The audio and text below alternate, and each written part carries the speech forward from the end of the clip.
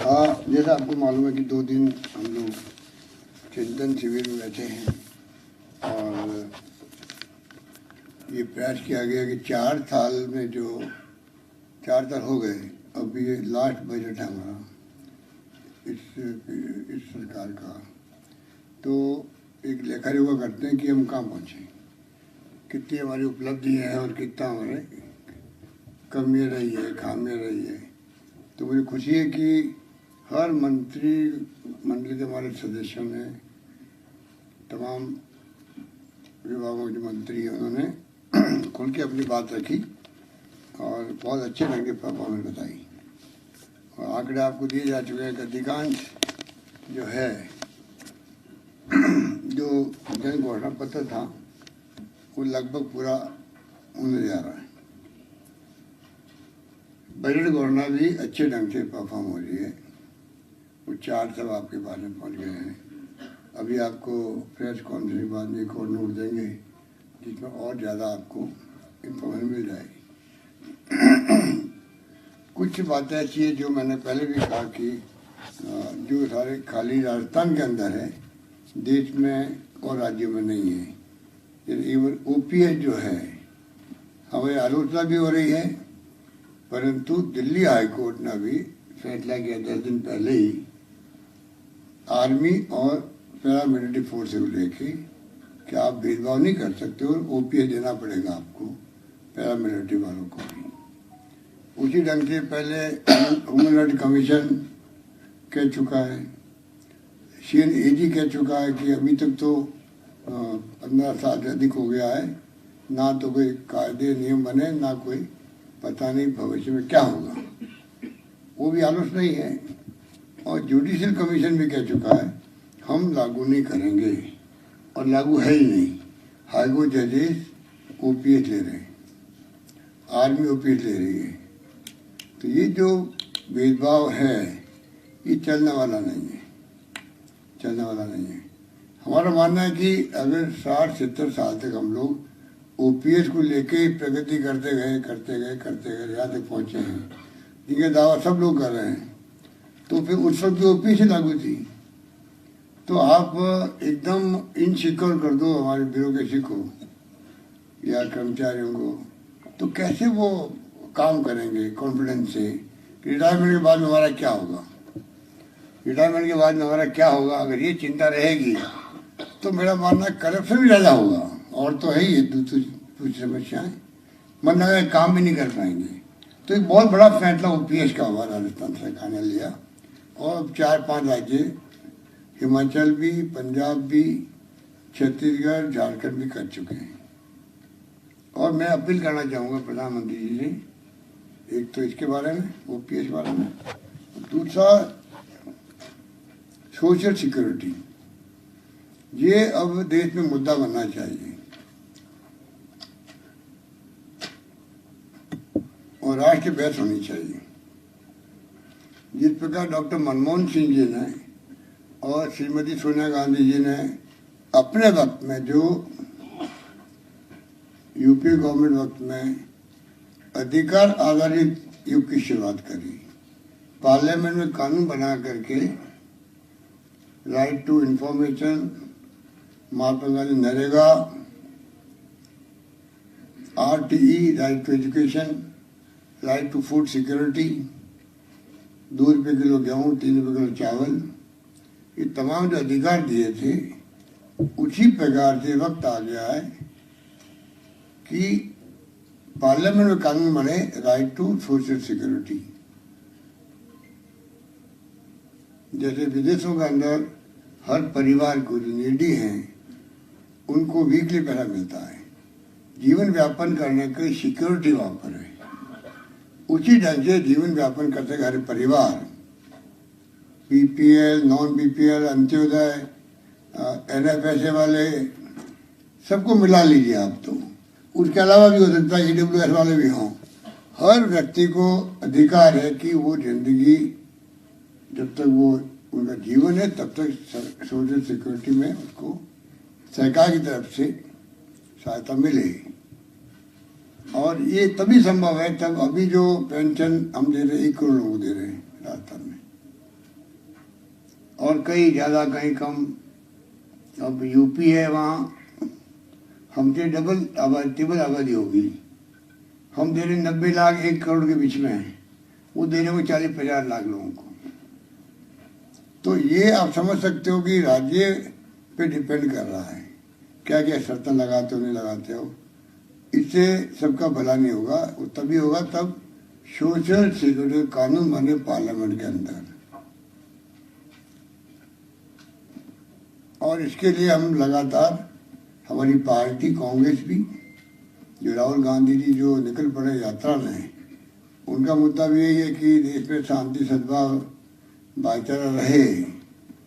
तो वो तभी रहेगा तब आप सोशल सिक्योरिटी दोगे लोगों को।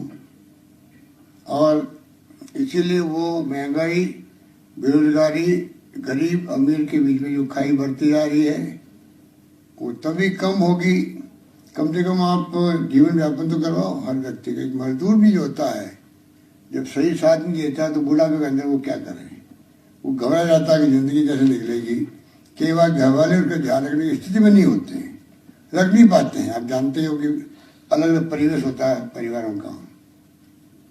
तो ये बात दिमाग में रही और इसके लिए आज हमने कैबिनेट में हाथ खड़े करवा के भी प्रस्ताव पास किया है सर्वसम्मति से कि एक प्रस्ताव हम बना के भेज रहे हैं कि राजस्थान गवर्नमेंट मंत्रिमंडल मांग करती भारत सरकार से कि आप इस प्रकार से इसको लागू करें, एक्ट बना के पार्लियामेंट के अंदर।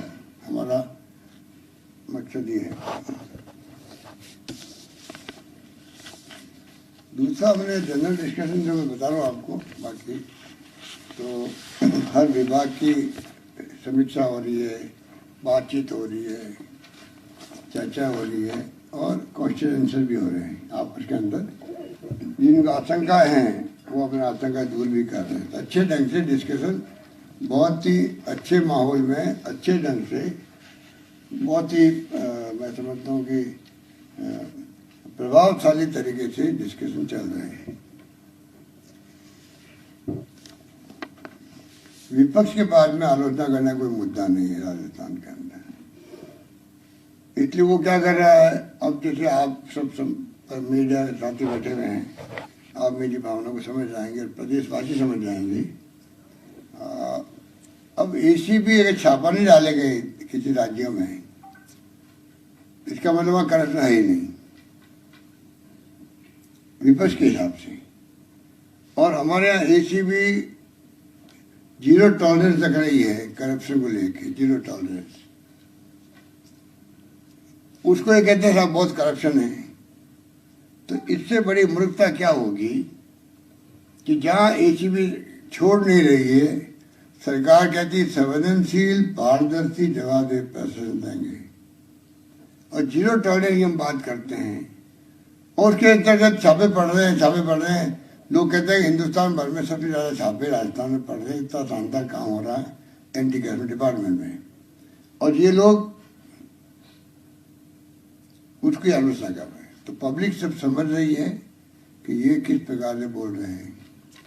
उसी प्रकार से जो मैंने सरकार मंत्री नवाचार किया और मैंने कहा कि राजस्थान में कंपल्सरी करेंगे, हम लोग कंपल्सरी करेंगे एफआईआर को। दुर्भाग्य से मीडिया में हमारे साथी भी कई बार गहरे में जाते नहीं हैं, और आजकल तो पूरा मीडिया का हालात जो है पूरे देश के अंदर आप कुछ समझ रहे हैं, गोदी मीडिया जो कहलाने लग गया है, तो ज़्यादा एक्सप्लेन की जरूरत नहीं हो रही, आप समझ जाएंगे और मैं क्या कहना चाहता हूँ। अगर हमने इतना बोर्ड स्टेप बढ़ाया, थानों की स्थिति आप भी समझते, हम भी समझते थे। थानों के अंदर मीडिया पर्सन तो फिर भी चले जाते हैं, भाई चलो तो अखबार वाले लोग हैं, संवाददाता, मान सम्मान मिल जाता है। आम जनता को, डॉक्टर हो इंजीनियर हो, उनकी जो बेइज्जती होती है थानों के अंदर, तू तान बात करते हैं, उससे क्या बीतती है आप सोच सकते हो। और किसी के घर में रेप भी हो गया, गरीब परिवार है बेचारा, वो जानता हुआ तूता करेंगे, मुझे भगा देंगे, और जिसने रेप किए हैं उनके पैरे खा लेंगे, वो जाते नहीं बेचारा। और जिंदगी भर वो मन में टीस रखता है कि मेरी बेटी के साथ में जुल्म हुआ, और समाज कुछ नहीं कर पा रहा है। हमने जो बोल्ड स्टेप उठाया, हर FIR कंपल्सरी रजिस्टर करना जरूरी है। अगर मीडिया में जो भावना होती तो ये नेशनल इश्यू बनता कि राजस्थान सरकार ने कंपल्सरी की FIR थाना के अंदर, नहीं होगी तो SP ऑफिस में कंपल्सरी करिए और थानेदार के खिलाफ एक्शन होगा, ये हमने कहा है। आप देखिए कहीं चर्चा हुई है कहीं, और उसके कारण से कितना बड़ा फायदा हुआ मैं आपको गिनाना चाहता हूँ। आप देखिए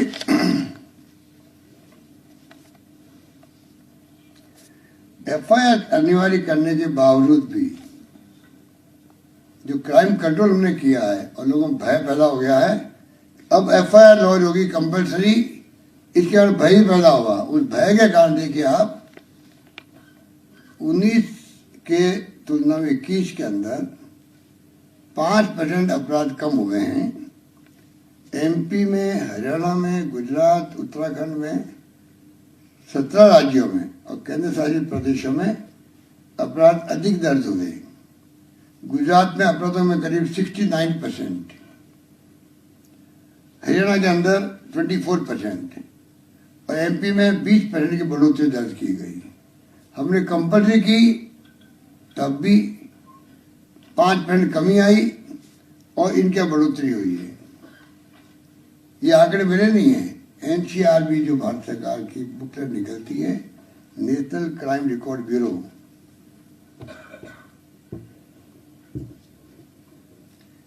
फिर आप आगे देखिए हत्याओं में, महिलाओं के विरुद्ध अत्याचार में, अपराध में और अपहरण में उत्तर प्रदेश देश में सबसे आगे है।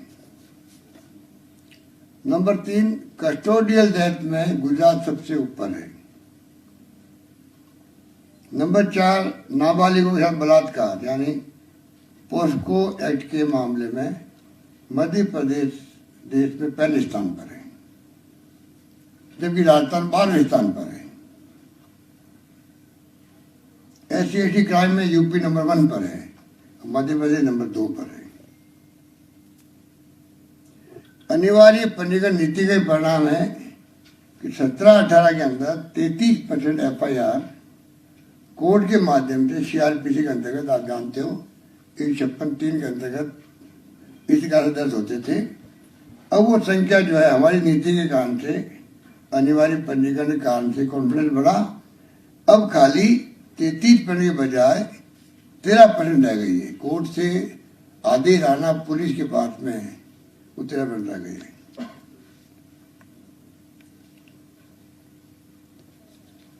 इसी प्रकार से आप देखिएगा 17-18 बलात्कार के मामलों में अनुसंधान जो है 274 डेज, 274 दिन लगते थे, आज 68 डेज लगते हैं, 68 डेज लगते हैं, सिर्फ 68 दिन। कहाँ 274 और कहाँ 68। पोस्को के मामले में भी अनुसंधान का समय जो है औसत 232 दिन था, वो 66 दिन रह गया, 66 दिन रह गया। SC/ST एक्ट के अंतर्गत भी 51 मामले अदालत के माध्यम से CRPC 153 से दर्ज होते थे 15 के अंदर, अब सिर्फ 10% रह गए। ये FIR के अनिवार्य पंजीकरण नीति का परिणाम है।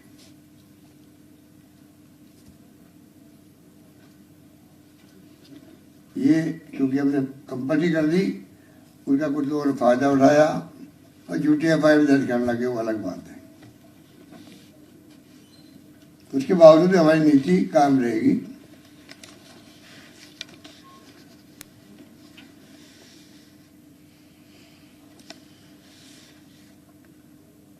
सरकार की जो झूठी FIR जो मैंने कहा हो रही है, परंतु अनिवार्य पंजीकरण की नीति से पीड़ितों और फरियादियों को एक संबल मिला है।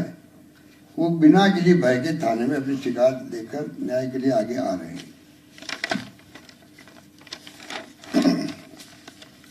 बलात्कार के प्रकरणों में राजस्थान में सजा का प्रतिशत जो है आप देखिएगा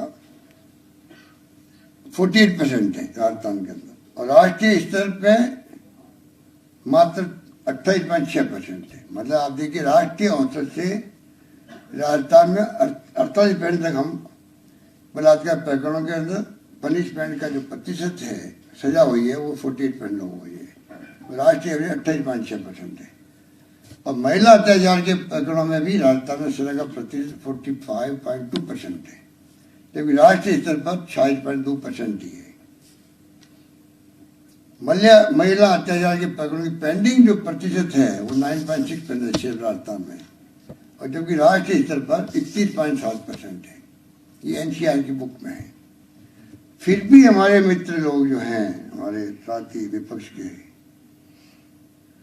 आईपीसी के प्रकरणों में राजस्थान में पेंडिंग प्रतिशत करीब 10% है और राष्ट्रीय स्तर पर 35.1% है।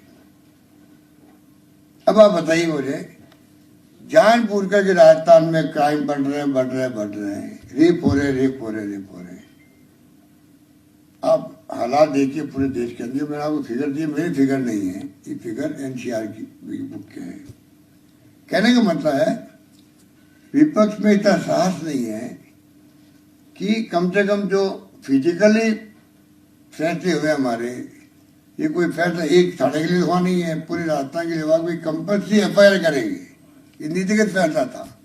क्या एक शब्द भी हमारे किसी के मुंह से निकला विपक्षी नेताओं से तो ये कम से कम इन्होंने फैसला ठीक किया है? लागू होने की कमियां बता सकते थे, वो सुझाव दे सकते थे, पर कुछ नहीं उनको, क्योंकि वो इतने बुखला गए हैं कि 4 साल की हमारी उपलब्धि है शानदार, बेमिसाल। 4 साल की हमारी जो बजट घोषणा है बेमिसाल है। उनके तो मुंह पे ताला लग जाते हैं, उनको तो छिप के रहना पड़ता है असेंबली के बाहर, तो मीडिया से क्या बात करें, ऐसी स्थिति हमने बना दी इनकी।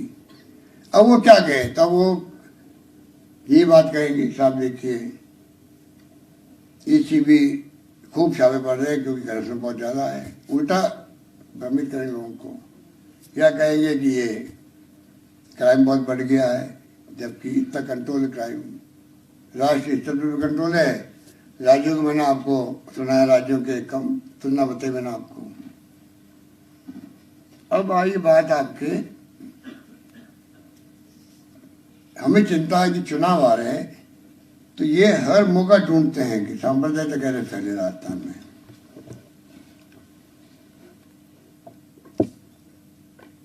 और इसीलिए ये जानबूझ करके हर चीज को उछालने का प्रयास करते हैं। उदयपुर, करौली, जोधपुर में सांप्रदायिक घटना हुई, खूब इन्हें उछालने का प्रयास किया, जबकि 2 घंटे में वहां 1 घंटे में निपट गया, वहां पर कंट्रोल कर लिया गया सांप्रदायिक की घटना को करौली के अंदर। आप मैंने कई लोग करौली का मेरे ख्याल है करौली डरा नहीं आते लोग पत्तेदार बन करके, तो लगता है कि पता नहीं आप कितने लोग बैठे हैं, आई डोंट नो, पर कौन कौन है पता नहीं। कोई है करौली का?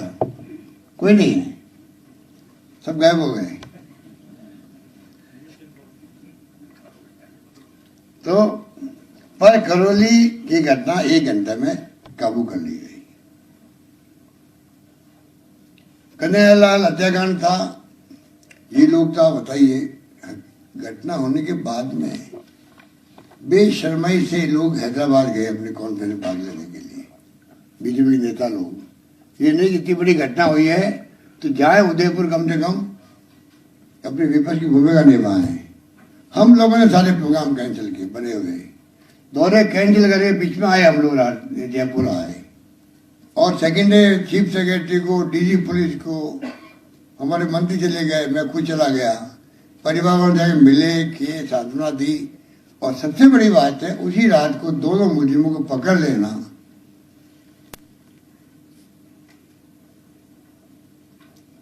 वरना वो आग लगा देते लोग अगर नहीं पकड़े जाते वहां पर। अभी ये राजू ठेठ की जो हत्या हुई है, वो खुद ही क्रिमिनल आदमी था, उसको ही बनाने लग गए लोग, तो वहां बीजेपी कांग्रेस करने लग गए और उनको पकड़ लिया रात भर में, 4 लोगों को। हमारे यहाँ केस ऑफिसर स्कीम जो बनाई गई है, उसके अंतर्गत बहुत फास्ट ट्रैक से सुनवाई होती है। अभी तक 8 लोगों को फांसी और 300 लोगों से ज्यादा को उम्र कैद हो चुकी है राजस्थान के अंदर। एडिशनल एसपी रैंक का अधिकारी हर जिले में लग गया है महिला अत्याचार को सिर्फ देखने के लिए। महिला अनुसंधान यूनिट अलग बना दिया हम लोगों ने। और स्वागत कक्ष हिंदुस्तान में कहीं नहीं है। 4 लाइन लिखते हुए संकोच होता पत्रकारों को कि स्वागत कक्ष थानों के अंदर बनना हिंदुस्तान की इतिहास में पहली बार हुआ।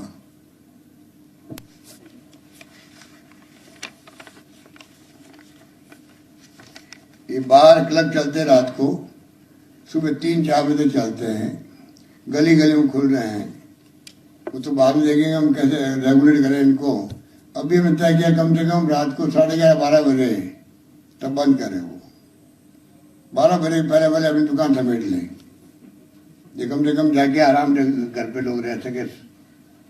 और दारू की दुकानें जो है वो मैंने 8 बजे कह दिया है कि ऐसे जो जिम्मेवार होगा जहाँ दुकानें खुली मिल गई तो उसका असर पड़ा है राजस्थान के अंदर, बहुत बड़ा इम्पैक्ट पड़ा है राजस्थान के अंदर। हम चाहते हैं कि लोग सुख की नींद सोए, परिवार वाले, हर व्यक्ति की गांव में पत्नी है, बीवी बच्चे जो है शांति से रहें। ये हमारी सोच है, उसको हम लोग बढ़ावा देंगे।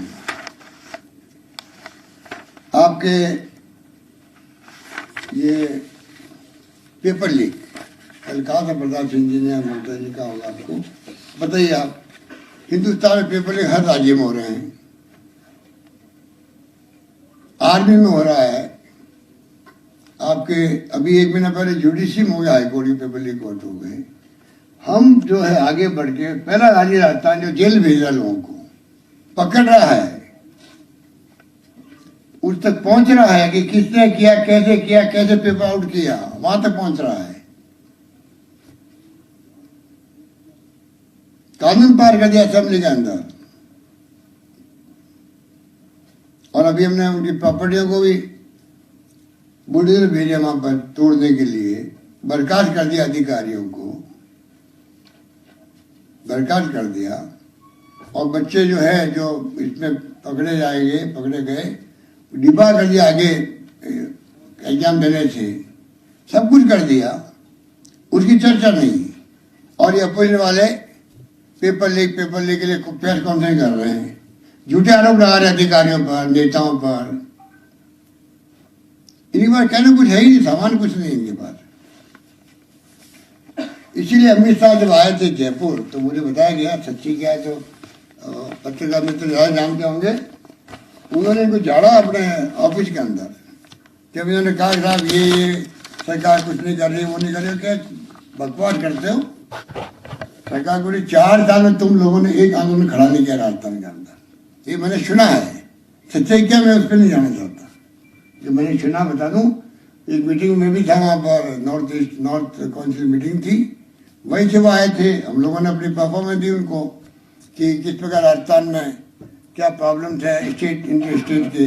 हम अपने जो भावना थी उनको बताइए, OPS वाली भी और मेरी ख्याल से, और इसमें बताइएगा आप जाके प्राइम मिनिस्टर को कहिएगा कि लागू करें पूरे देश के अंदर अच्छी योजना वाली। उसके बाद मुझे तो बीजेपी वाले कह रहे हैं साहब ऐसी स्थिति बन गई वहां पर। अब पता नहीं सच क्या है झूठ क्या है, तो आप लोग मेरे को पूछा होगा तो मालूम होगा आपको, पर मैंने सुनाई जो मैंने आपको शेयर कर दिया। तो कहने का मतलब यह है कि 2 दिन की जो हमारी मीटिंग है बहुत फ्रूटफुल है, बहुत इफेक्टिव है। और पहले भी याद होगा आपको, हमने प्रयास किया किस प्रकार लेखा जोखा करना चाहिए। ये आंतरिक मीटिंग थी हमारी, आंतरिक मीटिंग थी, आप पर बैठ के बातचीत करी और एक से बढ़ के एक सुझाव आए, उसी रूप में हम लोगों ने अभी असेंबली आ रही है, सब तैयारी शुरू कर रहे हैं हमारे मंत्रीगण भी। और असेंबली में आएगा बजट आएगा हमारा 8 तारीख को, 8 तारीख को बजट ला रहे हैं हम लोग, 8 फरवरी। और 23 को असेंबली शुरू हो रही है। बजट जो है वो इंक्रीज होगा।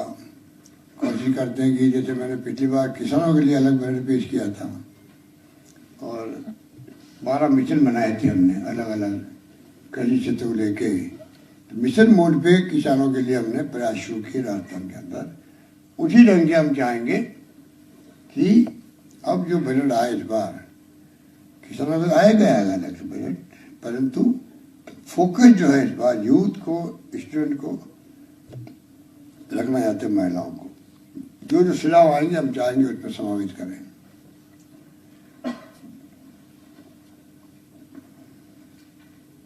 ठीक है, थैंक यू।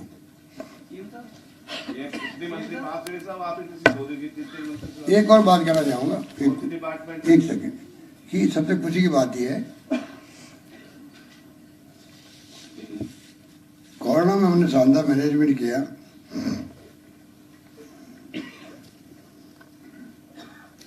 अभी हमने भी कहा कि जो ये अनैतिक काम करेगा कोई कर्मचारी, और जिस प्रकार भ्रष्टाचार तो करेगा ही करेगा, अनैतिक कार्य करेगा और अपने जानबूझ करके पब्लिक स्कीमों को लागू करने में कोताही करेगा। अभी पैसा गाँव के संग पैसा सर्वेक्षण अभियान चल रहा है, उसमें कई जगह नगर पालिकाओं के जो ईओ है, अधिकारी है, वो कॉपरेट नहीं कर रहे। 10 लाख का टारगेट था, अभी 6 लाख पहुंचा है। तो हमने तय किया कि भाई अगर कोई जानबूझ के सब कुछ कर रहा है, ऐसे लोगों को खाली एपीओ और सस्पेंड करने का काम चलेगा, इनको बर्खास्त करना चाहिए सरकारी नौकरी से। सबसे खुशी की खुशखबरी ये है कि अभी राजस्थान की जो स्थिति है देश के अंदर, हमने हर क्षेत्र में जो बजट पेश किए थे, लागू बजट पेश ही नहीं किए, हमने लागू भी किया, उनको इम्प्लीमेंट किया है। जो हमारे पूछ रहे थे हमारे नेता प्रतिपक्ष की, पैसा कहाँ से आएगा, पैसा आ भी गया, पैसा खर्च भी हो गया, टेंडर निकल गए, वर्क ऑर्डर दे दिए, ऑफिसर खुल गए, तहसील, उप तहसील, एसडीओ ऑफिस, नगर पालिकाएं, महाविद्यालय, गर्ल्स के, बॉयज के, यूनिवर्सिटी, जो भी करना था हमने, जो वादे किए हमने निभाए। हर क्षेत्र में प्रगति की है, पानी, बिजली, शिक्षा, स्वास्थ्य, सड़कें, उसी जीडीपी बनती है। और उसी कारण से आज देश के अंदर नंबर 1 पर है आंध्र प्रदेश 11.4% और राजस्थान है 11.04% पे। दूसरे नंबर पे देश में विकास की दर जो है वो राजस्थान की है। इस बात की हम सबको प्रसन्नता, गर्व होना चाहिए। बताइए।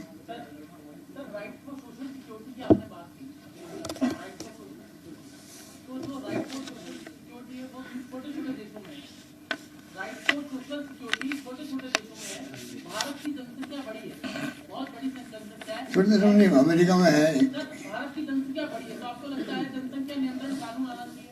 क्योंकि बीजेपी के नेता भी लगातार डिमांड कर रहे हैं। क्या डिमांड कर रहे हैं? जनसंख्या नियंत्रण कानून की बात कर रहे हैं, क्योंकि उसके बिना संभव नहीं है सर। सोशल सिक्योरिटी की आप बात कर रहे हैं, आपने कैलकुलेशन की दिखती है। देखिए, अमेरिका में है, इंग्लैंड में, सब जगह है, सब राज्यों में है।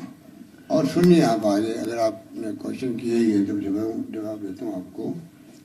ओबामा किया अमेरिका के अंदर, फेल हो गई, और हमारे चेंज योजना दौड़ रही है। ठीक है, और कोई? कृष्ण गोपाल शर्मा सर, मेरा सवाल ये है कि जो 2 दिन का मंथन आपने चिंतन किया है, जो जितने भी सुझाव आए हैं, तो उससे कोई आपने कोई प्रस्ताव या कंक्लूजन तैयार किया है, कोई रोड मैप तैयार किया है जिस पे आगे काम होगा और फिर से इसका रिव्यू किया जाएगा, ऐसा कुछ? अभी तो मीटिंग चल रही है, उठ के आया आपके लिए, और उसके बावजूद भी रोड मैप भी तैयार दिलो दिमाग में सबके हुआ है। असेंबली आ रही है, उसमें आपको दिखाई देगा, और आप निश्चिंत रहे कि 4 बजट 5वां बजट आ रहा है, तो फिर आप उसका इंतजार भी कीजिए, रोड मैप आपको और मालूम पड़ेगा। क्वेश्चन ये है, 2 दिन तक आप रेफरी रहे, 2 दिन आप रेफरी बने यहाँ पे, कितने मंत्री फर्स्ट डिवीजन पास हुए, कितने सेकंड डिवीजन आए, कितने थर्ड डिवीजन आए? कोई सप्लीमेंट्री हो गई? हमारे मंत्रियों के बारे में मैं आपको से करूं, सारे मंत्री आए क्या? जोरदार मामला भाई। हमारे मंत्री एक से एक अव्वल है देखिए, और ऊंची ढंग से काम करने वाले लोग हैं, बहुत जम के काम सबने किया है, परफॉर्मेंस और उनकी व्यक्तित्व उभर के आया है, इतना मैं कह सकता हूँ। अभी जो मैं सुन रहा हूँ सब मंत्रियों से, तो मुझे लगा कि बहुत कॉन्फिडेंस है उनके अंदर काम करने का, पकड़ है अपने डिपार्टमेंट के अंदर, उसी ढंग से काम हो रहा है। खाली एक मुख्यमंत्री थोड़ी काम कर सकता है, बजट पेश करना एक बात है, इम्प्लीमेंट करना दूसरी बात है। इम्प्लीमेंट तब होता है जब मंत्री लोग सब कॉपरेट करते हैं, अपने विभाग में पकड़ सकते हैं। सवाल है, क्या बोल रहे थे मुख्यमंत्री महोदय? 4 साल आपके सरकार के सामने बहुत सारी चुनौतियां आई और आपने बखूबी उसका मुकाबला किया। आगामी 1 साल में आप सबसे बड़ी और कौन बड़ी मुश्किल आएगी? सबसे बड़ी किस चुनौती को समझते हैं और उसके लिए आपका रोड मैप बताओ। मैं कोई चुनौतियां तो आप समझते हो, मैं तो समझता नहीं चुनौतियों को।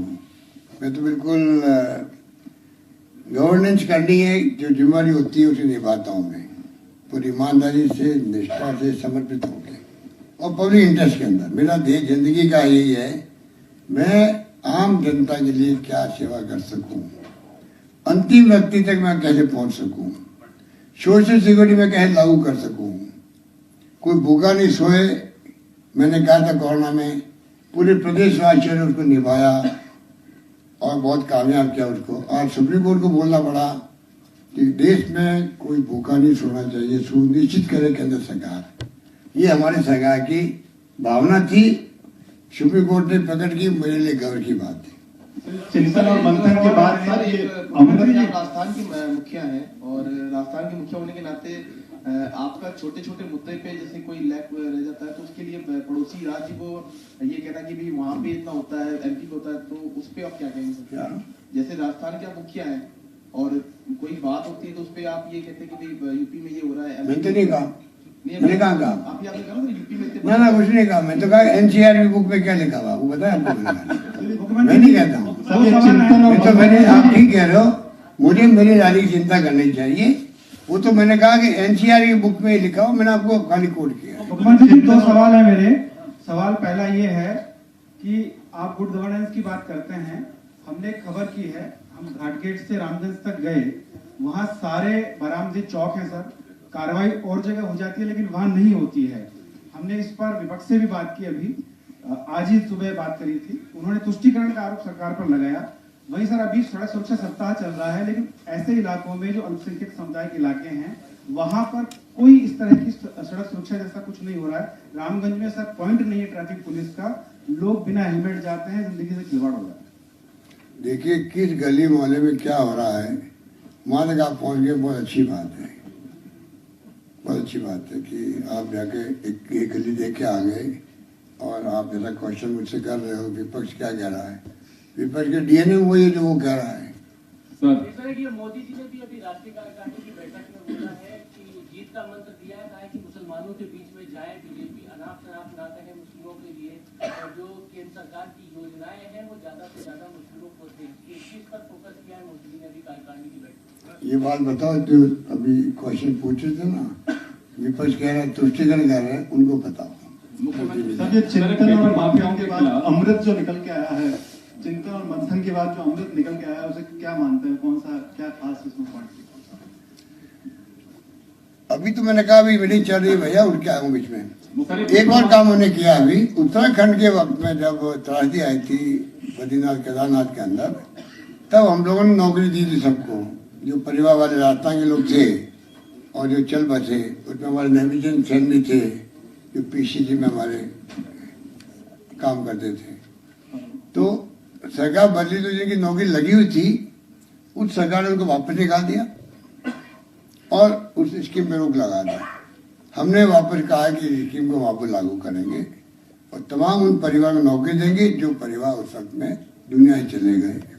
पेपर माफियाओं के खिलाफ सख्त कानून भी बना, और चुनावी साल के अंदर केंद्र सरकार जल्दी केंद्रीय मंत्रिमंडल में रीशफल करने जा रही है। राजस्थान में भी क्या मंत्रिमंडल, ये आपको बताऊं मैं आपको बताऊंगा, करूंगा कि नहीं करूंगा, करेंगे कि नहीं करेंगे, और केंद्र सरकार आपको कहा उन्होंने आगे वो करने जा रहे हैं। जरा केंद्र सरकार में न्यूज आई है। कॉमन टेंडेंसी, कॉमन एक सर एक सवाल है सर सर, पेपर लीक मामले में सर सख्त कानून भी बन गया, उसके बावजूद भी सर ये सिलसिला नहीं रुक रहा, पूरी सरकार का मंथन था सर, कोई पता लगा कि वजह क्या है सर? अब देखिए, वजह आप समझ सकते हो कि क्यों है देश के अंदर, क्या वजह है, वो एक अलग विषय है। पर दुर्भाग्य से आप बताइए, इतना फ्रस्ट्रेशन है या इतने गैंगस्टर पैदा हो गए हैं हर राज्य में, क्यों हो रहे हैं? 18 22 बार हो रहे हैं, गुजरात के अंदर भी हो रहे हैं, यूपी के अंदर भी हो रहे हैं। तो ये चिंता का विषय होना चाहिए सबके लिए, और इसको रोक ही सकते हैं हैवी एंड से। हमारी सरकार कोई कॉम्प्रोमाइज नहीं करेगी, सभी तरह से हम कोशिश करेंगे। क्योंकि देखिए, मेरे लिए ज्यादा दुख की बात है, एक तो आप नौकरी दे ही नहीं रहे हो, तो परवाह नहीं है, या जो नौकरी दे रहे हैं पेपर लीक भी हो रहा है, उनको मालूम पड़ेगा पेपर लीक हो रहा है, वो परवाह नहीं कर रहे हैं और नौकरी लग जाती है ऐसे लोगों की। ऐसे राज्य भी हैं जो हम सुनते हैं कि जहाँ नौकरी लग जाती है ऐसे लोगों की भी। हमारे यहाँ चाहे वो कैंसिल करना पड़ा मुझे, कितना दुख हुआ। वो 25-26 लाख बच्चे थे, नौजवान थे, जो अभ्यर्थी थे। मैंने बड़े प्यार से उनके लिए, भाई दूर दूर उनका सेंटर आ गया है, फ्री ट्रांसपोर्टेशन किया, ये पिताजी बैठे हुए हैं, इन सबका आशीर्वाद है। मैंने कहा कि रोडवेज के अलावा भी प्राइवेट बसों में किराया हम देंगे उनके लिए, ये व्यवस्था करो। तो ये बड़े खुश हो गए, किराया बहुत बड़ा शानदार निर्णय हो गया। तब कलेक्टर्स को कॉन्फ्रेंस करी कि भाई जो दूर से बच्चे आएंगे, इनको रात को रहने करने का भी का इंतजाम करवा दो, इनफॉर्मल खाने पीने का इंतजाम करा दो। एक बच्ची आई आगरा से, वो कहने लगी मैं तो पहली बार देख रही हूँ कि मैं उतरी वहाँ पर धौलपुर में, मुझे एसडीओ साहब ले गए, बसें नहीं थे, गाड़ी के अंदर भेजा, एग्जाम के वापस लाए मुझे और वापस ट्रेन बढ़ाया। ऐसा आज तक हुआ नहीं, पर पेपर लीक हो गया, उसके अंदर सब पानी फिर गया। जो हमने व्यक्तिगत इंटरेस्ट लिया उस पर पानी फिर जाता है। ये तो चलता रहेगा, इसमें क्या। मुख्यमंत्री जी, ऑपोजिशन पार्टी तो यही चाह रही है सर। चिंतन शिविर में कोई पॉलिटिकल डिसीजन भी हुआ है या कोई डिबेट हुई है, कोई बात हुई है? नमस्कार, जय हिंद, जय भारत।